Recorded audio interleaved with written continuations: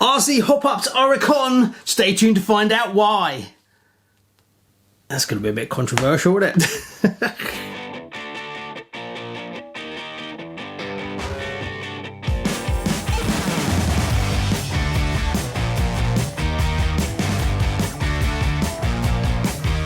Hi and welcome to RC Kicks. On today's show, well, we're talking about that massive topic, the hop-ups for your RCs. Yes, it can be a bit of a controversial one, so we're going to push through it and then you can let me know in the comments below. I'll try and cover all aspects if I can. I have my own opinion, but on this show, basically I'm going to try and put it to you and you guys can tell me what you think. Right, so hop-ups. Are they a big con? Well, where do I even start with this? So let's try and break it down a little bit. So let's start with the racers. Okay, so if you are an out-and-out racer and you spend big money on race buggies and you spend lots of time cleaning and improving and testing and setting geometry and then getting up and going out and racing every week, then obviously hop-ups are very important to racers because you're trying to eke out as much speed as possible. So speed versus cash, obviously you want to go faster and faster, so you buy hop-ups to make the buggy faster.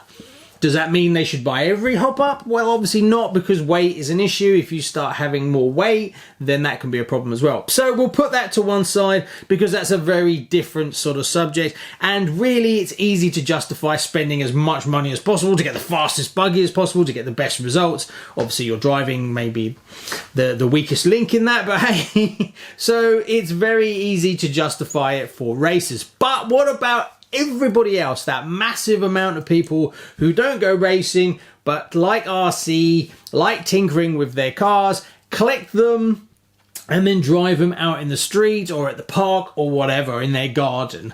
Well, it's a big con. It really is, and I'm going to tell you why. And how I'm going to convince you is this: when you manufacture a product, you can make it as good as possible, but obviously you're working to a price point. And the cynical side of you would think, well, if I don't make it perfect, or I find there's flaws in my product, not catastrophic flaws, but a few flaws, then I can maybe sell upgrades to make me more money. Also, the bringing out option parts to then improve the product that I've sold you is another way to have a big revenue stream, and it's a massive revenue stream. For the big manufacturers, they probably make more profit from the aftermarket upgrades than they do from the actual product itself. Does that mean it's bad? Well, no, not necessarily. It costs an absolute fortune to bring something like this to market, and the odds of getting a return on your investment from the designing, from the production, to the shipping, to all the logistics, all the people you need to produce it, you need to optimize your profit, and parts, like upgrade parts, is a great way to do that. So we can look at it that way, that option and upgrade parts are helping fund standard kits that we get. But from a manufacturing point of view, hop-ups are a fantastic product line and a big profit margin. One thing that I've come to learn over a lot of time messing around with these buggies, the amount of precision that's required in these buggies is way higher than you think. It's very easy to make an aftermarket part, but to get it to perform as good as the part it's replacing, let alone better, the precision that's required is massive, because it's so easy to produce a part that actually makes things worse. And that's one thing, speaking from experience with this, I upgraded this to an inch of its life. It has full metal everything. It's got oil diffs in it. It's got a metal driveline from pinion to hub. And some things have helped and other things have actually made things a lot worse because the precision wasn't there. There's lots of upgrades on this car from all different manufacturers, from well-known brands to cheap and cheerful, and yes, you can see that in some aspects of this buggy alone. And this buggy taught me a lot about hop-ups and upgrades personally. So when you're buying an upgrade, a hop-up, you've got to be a little bit careful, because you might be putting something on the car that's cost you more money that's actually going to be making the product worse. So as you can spend almost the buggy price itself in upgrade parts, why do we do it? Well, I think if you actually are honest with yourself, unless you're racing, there's a few factors that are going to make you buy upgrades. One, you break something, so you decide to swap it out with something that's stronger or better. Be that from a looks point of view or a performance point of view. But I think the driving force from a human being point of view is we want to have something and make it better. And we want to have it better than others. And we like to have those extra bits. It's just in us, I think, personally. So I think that's where it kind of comes from, that we just like to upgrade things and add different bits and pieces, especially when there's a big list of parts out there and we're like, oh yeah.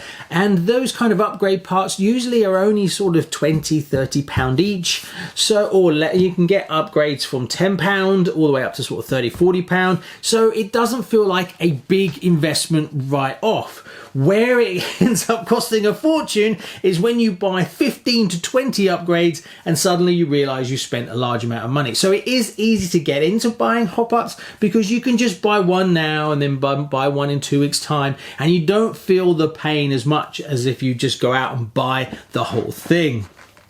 Now, do I think you should buy no hop-ups? Of course not. But you need to actually look at what you're getting for that hop-up. What is it actually doing for your money? Now, the best way that I found for upgrades, and I've changed over the time, if you look at, say, this is one of my very early buggies that I had versus what I have now and I build now, there's a few things that I do very differently. I actually tend to now look at upgrades that are going to fix a fundamental problem with that kit. Is it something that needs to be upgraded because something's going to break, or something performs so badly on that buggy it's needed? Now, the ones that I always recommend, bearings, if you're buying from Tamiya or sometimes Kyosho, bearings.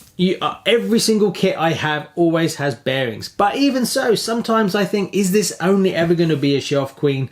Then just leaving the plastic bushes in it.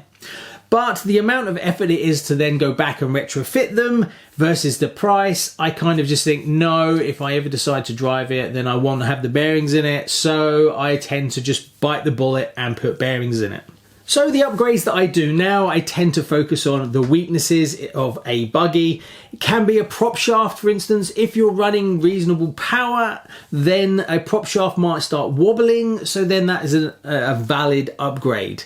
Shocks, yes, again, depends what the kit shocks are like. To be fair, a lot of Tamiya kits, their shocks are actually pretty good. It's more about getting them set up than it is, but you can go and spend an absolute fortune on super blingy shocks. I don't tend to do that anymore because they're just so expensive. Oh, really? The shocks on this buggy alone are like 60 odd pound. So it doesn't really justify it unless you are racing, like I said. They do look really nice, but then, hey, it starts to think, is it really worth it for those 2 times you drive it around the garden a month? No, it's not really. So to round up, when you're thinking about hitting that button to spend that hard-earned cash, really think to yourself, am I just buying it because it's blingy? Am I buying it because I really like to have something new to bolt onto my lovely RC car? Well, then that's fine, but just make sure you're buying it for the right reasons. Not that I am any different to everyone else. I do exactly the same thing, and I will continue to buy hop-up parts, but it's just a really great one to think, why do we do it so much? Sometimes we spend an absolute fortune on buggies that we don't really need to. And for me personally, the kind of hop-ups that I am now interested in myself are hop-ups that fix fundamental problems. They're the hop-ups that I tend to be drawn to more now than I used to be, versus more what it looks like. Especially when you put a body over it, you don't really see them and you've spent all that money. So if it's something that's a fundamental flaw with a buggy, then I will probably hunt it down. I am a big fan of smaller bespoke companies that make upgrades, because they tend to focus on the problems of a buggy versus just bringing out a whole range of hop-ups. And I love the way that these people are out there trying to fix these problems, and they're producing beautiful quality parts. I take my hat off to those kind of people because it is so time consuming and so difficult to do, and then to try and keep it at a reasonable price point. But they're the people that I really love their parts. Classic example is, here's a G11 part in beautiful machined metal. This kind of thing interests me a lot. Now this is not an official part, but it fixed a fundamental problem. But it's so time consuming and so expensive to manufacture that when it comes to selling them, it can be really difficult to justify the price of a part like that. There's a few companies that I tend to gravitate towards. Now, one that I buy parts from personally, I bought Yi Racing things. They're quite a big manufacturer of aftermarket parts, and in whole, I've had really good experiences with their products. By the way, I'm not sponsored by any of these groups. This is just my own honest opinion.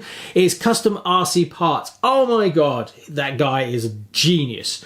He has absolutely beautiful parts. I highly recommend go checking him out. I bought parts from him before, and he really focuses on parts that fix fundamental problems in a lot of the vintage buggies and things like that. He's got loads of top force, as well as I've got a lot of his parts in Dyners. He did a lot of parts for the Dyna. The front bulkhead in the Dyna Storm and Dyna Blaster is an amazing bit of kit. It's a bulkhead that is attached to by 3 different parts, and the angles and the precision required to replace that part, as well as he's added more weight to it. You can put a brass insert in it.